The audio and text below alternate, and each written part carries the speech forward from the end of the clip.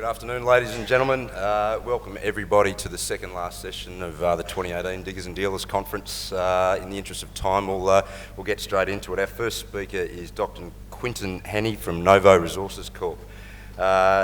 Quinton is an economic geologist with 25 years of exploration experience, mainly in gold. Early in his career, he explored for firms including Homestake, Newcrest and Newmont, and has been in the junior mining sector since 2007, having been involved with a number of Canadian-listed companies, including Gold Canyon, where he led the exploration team at the Springpole project in Ontario, which ultimately became a 5 million ounce gold asset. In 2010, Quinton joined Novo Resources and began assembling its Australian exploration portfolio. I'd like to welcome Quinton to the stage.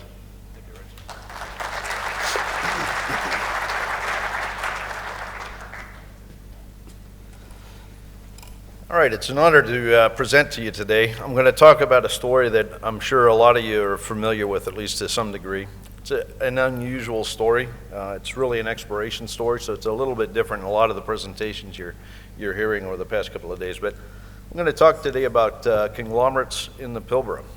Conglomerates have been explored and or mined in the Pilbara since around 1886. Amazingly, gold was discovered in conglomerates in the Pilbara near Nullagine in around the same time as conglomeratic gold was discovered in South Africa. If you think about it, these rocks have been traveling around the planet for 3 billion years, and for people to find similar deposits, similar age, similar geologic setting on two disparate continents that close in time, it's absolutely remarkable. This sign you'll see is the hotel in Nullagine. It's a testament to how long people have been looking at conglomerates in the Pilbara. Our cautionary statement. This will show up on our website, and I'd urge you to read it there. A little bit about our shareholders and our background. Currently, we have about 160 million shares out. Market cap is over 600 million at present. With options and warrants, we come to 202 million shares out. We have about 64 million in cash, no debt. Quite a few of the warrants are in the money. We expect those to come in over the next few months. We're in a very good position cash-wise to advance our assets. Our largest shareholder is Kirkland Lake. Kirkland Lake is here at the conference. I would really urge you guys to take a look at them. I'm sure most of you are familiar with the success they've had at Fosterville. Absolutely fantastic asset, and they're just killing it there, so it's a good story. Mark Creasy is a big shareholder. Mark is actually one of the key people that helped Novo get going back about 6 or 7 years ago, and he's been a long-term shareholder and a good friend. Newmont Mining is also a shareholder. Management and directors, that would include Eric Sprott. Eric is a long-term supporter of Novo and is a very large shareholder. They asked to put a slide into these points. We do have a very large team that we've developed. We see kind of we'll call it an unconventional path forward for our project. We have a lot of people with a lot of different skills who are very, very good at moving certain aspects forward for this unusual gold deposit. As far as capital, we are spending aggressively on exploration this year. We've paid our taxes, and we have good relations with the local communities in the Pilbara region. Board of Directors, myself, I'm an economic geologist, exploration geologist. We brought on Rob Humphrey about a year ago. Many of you in this audience will know Rob. Very, very good guy, solid person, really builds a good culture. And for me, he's been an absolute blessing, because when this project started to take off, we really had to staff up and build a team. And Rob was the person I saw who could put that team together. Eric Sprott, a very well-known Canadian investor. He's also one of our largest shareholders and been, like I said, a very long-term supporter. Greg Gibson is CEO of Sprott Mining, which is a private company. Greg was here at the show yesterday. Some of you might have met him. Akiko Levinson is a woman who I've worked with for about 6 or 7 years. She ran Gold Canyon, the discovery that was mentioned in the introduction. Michael Barrett joined us recently, very good finance background and an asset to Novo. Simon Pooley is our COO. Some of you will know Simon. He actually ran the operations at Millennium for a few years. Ronan, our CFO, is Canadian, moved down here recently. He's full-time in Perth now. Leo is in Toronto. Most of our shareholders are in North America, but over time we're looking to change that. Kaz DeLuca, a name many of you will know in exploration, very solid geologist. She joined us early this year, coming out of Newcrest, but has a very, very wide background. Chris O'Brien ran the Tanami expansion for Newmont. He has about 25 years in mining engineering experience, and as you'll see, this project requires this kind of expertise to move forward. Okay, why are we here in the Pilbara? We're exploring the Pilbara because the geology is very similar to that of the Karratha in South Africa. The Karratha is what hosts the Witwatersrand Basin, the world's largest single gold field. I figured, well, if South Africa can host something like that, perhaps the Pilbara stands a chance. I started exploring here about 15 years ago and formed Novo about 6 or 7 years ago. What you see here is a little snippet of a geologic column. The time intervals are given in the middle, in the green. On either side, you'll see the geologic history of the Karratha Craton on the left and the Pilbara Craton on the right. Those little red dots are various gold-bearing conglomerates and other strata in the Witwatersrand Basin that have produced nearly 30% of all the gold mined on this planet. Stop and think about that for a minute. It's absolutely mind-boggling. One little gold field has produced nearly 30% of all gold. You can see over here in the Pilbara, we have similar stratigraphy. We're missing some components. For instance, the Central Rand Group has yet to be found, or equivalent thereof has yet to be found in the Pilbara, but we do have gold-bearing conglomerates in a position similar to the Ventersdorp contact reef in South Africa. So we're looking here in the Pilbara because we think there's potential in this strata to host these large deposits. When Novo started here, 2010, this is the scene. There were a few conglomerate gold occurrences known. The ones with the blue circle are ones at the base of the Fortescue Group. The ones in the green circle are in the Hardy Formation. All right, so there's two parts of the section, the basal and the kind of the middle part of the Fortescue Group, which host gold-bearing conglomerates. About late 2016, there was rumor that people were finding nuggets at Karratha or near Karratha. They were finding them with metal detectors over an area that was previously unknown for conglomerates. After doing some research and getting some rumor confirmed, I recognized that this was indeed coming out of conglomerates, and Novo started staking ground aggressively. You can see here some of the pictures of the first gold that was recovered from that region. Novo staked about 7,000 square kilometers in early 2017, then entered joint ventures and other agreements with various parties to put together a land package of about 12,000 square kilometers. Okay, here you can see the Karratha Gold Project. It covers a vast area. It's really on the north side of the Fortescue Basin. So we're north of the iron ore mines, but we're covering that lower part of the Fortescue Group, which is our main target. Over in the east, you can see some of the tenements we had in the early days. These were tenements that cover other conglomeratic gold occurrences and are important nonetheless. We actually have a deposit in its own right at Beaton's Creek and near Nullagine, and next year I hope maybe I'll have a little more time and I can talk about the whole picture, but today I'm going to talk about Karratha. Topography of Karratha, as many of you know, is low rolling hills. There is no significant laterite or saprolite there, so you're really into fresh rock within a few inches of surface. These are some of the pictures of Karratha before Novo showed up and started exploring. So these are this is how the ground looked when the prospectors were finding nuggets with the metal detectors. Clearly there were conglomerates present. Based on that, we staked and jumped into this project aggressively. The gold is coarse. It's almost universally flattened and rounded. These are alluvial gold grains. They're seldom attached to quartz. The nuggets often display a frosty surface, especially when they've been taken out of fresh rock. Without going into the science, there's a very diagnostic reason. We're doing some science behind that right now. But these are basically alluvial gold nuggets that have been trapped in these rocks for about 2.79 billion years. Right now, we're focused on the Purdy's and Comet Well area. The red line you see here is a trace of the outcropping conglomerate horizon. We're exploring mainly the 3 or 4 kilometers along the northeast part of that red line at the present. We're going to work our way further southwest over time, but I'm going to show you a cross-section through that area in black. This looks southwest. The strata dips into the basin. Notice the exaggeration, the vertical exaggeration of the section here. If I had to draw it to scale, it would look like a flat pancake. These rocks are very, very shallowly dipping. The conglomerates that we're targeting are actually at the base. They sit directly on the basement rocks of the Karratha region.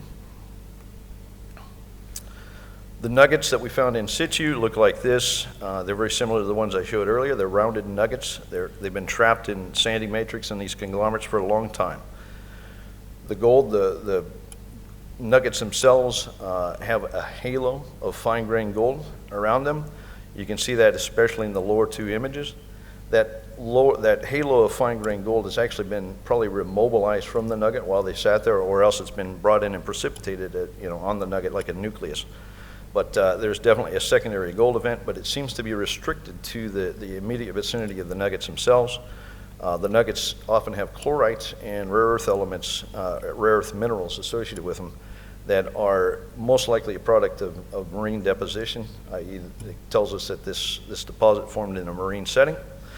We presented some of that information at AIG last week in Perth. Late last year, we tried bulk sampling.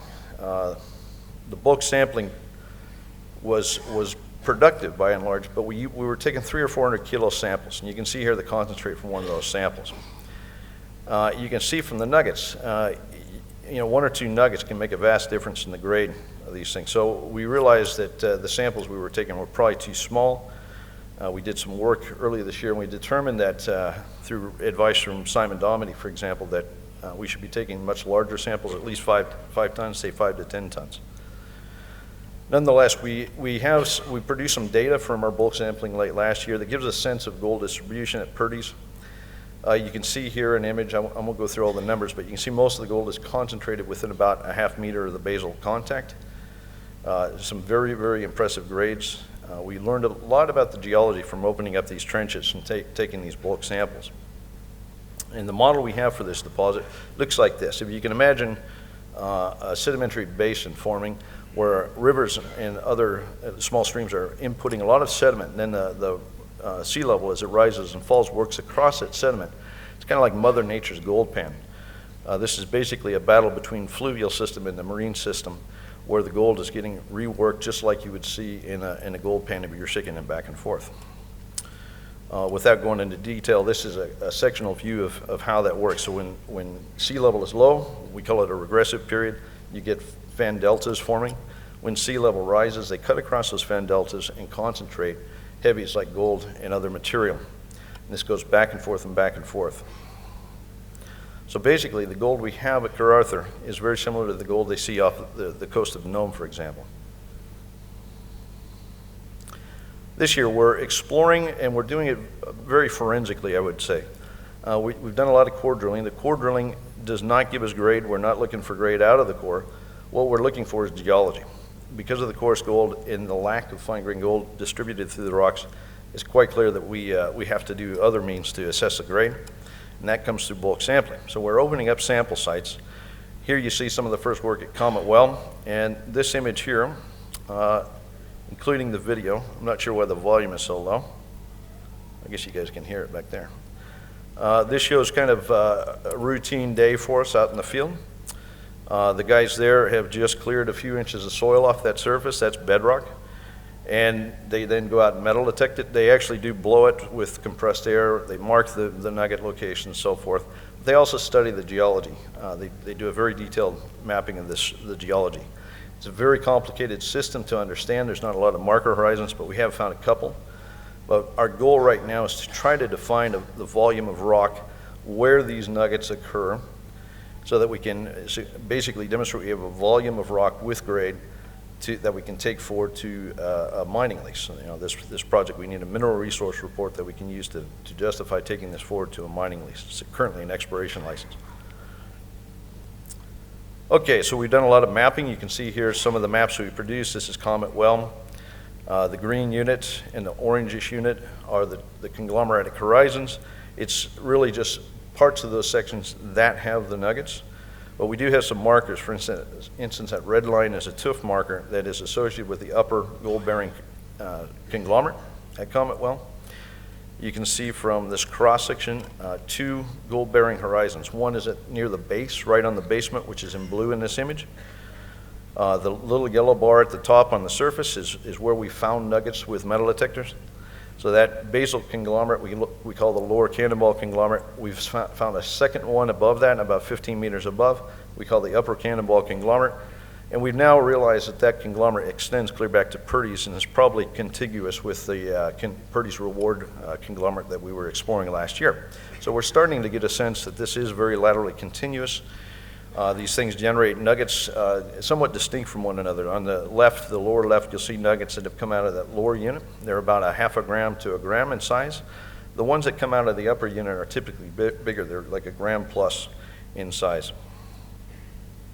Each one of those horizons is basically a transgressive surface, like I was talking about, this gold pan. All right, sampling. We're taking bulk samples.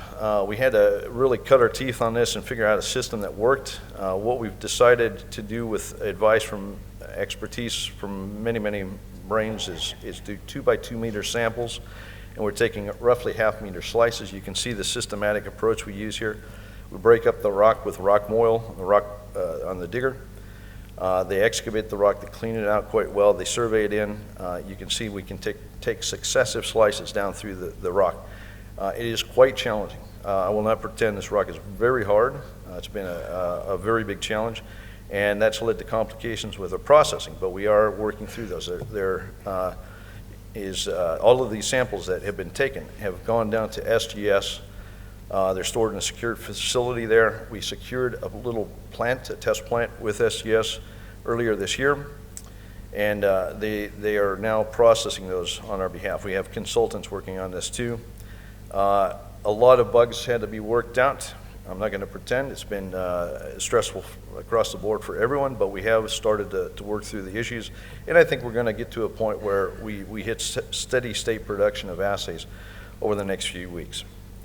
The test work is fully scrutineered. This goes for all the samples we're taking on site, as well as the work that's done at the laboratory. So these things are watched by a third party. We really want to show everybody we're doing things properly. So what's the path forward for this project? Well, this is not the easiest project in the world. Putting a resource to rocks like this is going to be very challenging. We've talked about that extensively with our market. I've done many, many interviews. And right now, we've put our team together and come up with a path that we think we can take this project forward in the most timely and cost-efficient way. First of all, the gold deposits themselves, because they display good grade and are near surface, shallow dipping, they have a lot of very, very positive attributes that we think will help move the project forward. If this was nuggety gold deep in the ground, it would be a whole different story right now. But fortunately, they're right at surface. Our objective is to define the continuous nature of these things, basically define the continuity of the deposit itself as well as the grade. And that will lead to a bulk sampling exercise, all right? And that's roughly 1 year time frame. When I talk about bulk sampling, I'm talking about samples in the order of tens of thousands of tons. Until we have a mining lease, we're limited, as you know, to about 20,000 tons of earth moving. That said, we are working on key aspects, like I said, to move the project from exploration license to a mining lease. We've got negotiations on native title agreement ongoing. And we are actually doing lots and lots of environmental work on site. In addition to that, the exploration work we're doing is designed to give us the data we need to get a mineralization report that we can submit and show that there is a mineralized body of rock here and justify taking this through, say, a bulk trial phase. We have a very good team in Perth. We actually have in-house environmental specialists who are working on working on the environmental studies for us. They're taking into consideration all aspects of this project. One of the key aspects is going to be processing. As you can see, it's a very nuggety deposit. This is not refractory gold. This is not locked up in sulfide. This is coarse gold. And we think that there will be opportunity for innovative solutions to processing this material. One of those solutions would be ore sorting. We did a trial last year with Steiner ore sorter. Many of you probably saw the news release roughly a year ago about that. We are now talking to various ore sorting companies about the ability to do this at a commercial scale, perhaps going forward. We might even start with ore sorting of some sort for our test mining coming up in not too long. So these are key aspects, but they are very important for moving this project forward. A lot of people think we can take a D9 out and start ripping up and mining this thing. That's not quite the way it works, but we are moving this forward in the most expeditious manner and cost-efficient manner we can see. One last note, exploration. You can see all the dots that have been added to the Pilbara here. These are conglomeratic gold occurrences. In fact, I've even left off probably about a dozen of them I know of, and I don't want to tell you. But there's a lot of gold in the Pilbara. The Pilbara has been viewed as the redheaded stepchild of exploration in Australia for many years. You know, people think, there's no gold there. You know, maybe everybody's right. I don't know. But I'm kind of crazy, and I like to explore. And based on what we're seeing, you got to step back and think about the fact that we're seeing gold occurrences in the same strata over a 600-kilometer strike. That's remarkable. First of all, it makes you think, where did all that gold come from? Well, maybe in a year or two, I can come back here and tell you.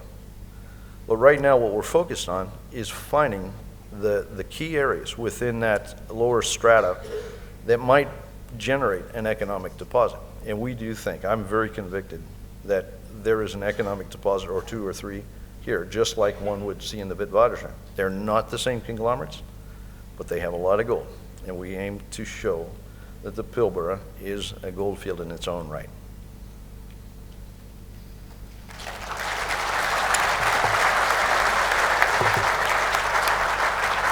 Thanks very much, Quinton. Fascinating. We've got a bit of time for questions. I'm sure there's have to be a few in the audience. Any questions for Quinton?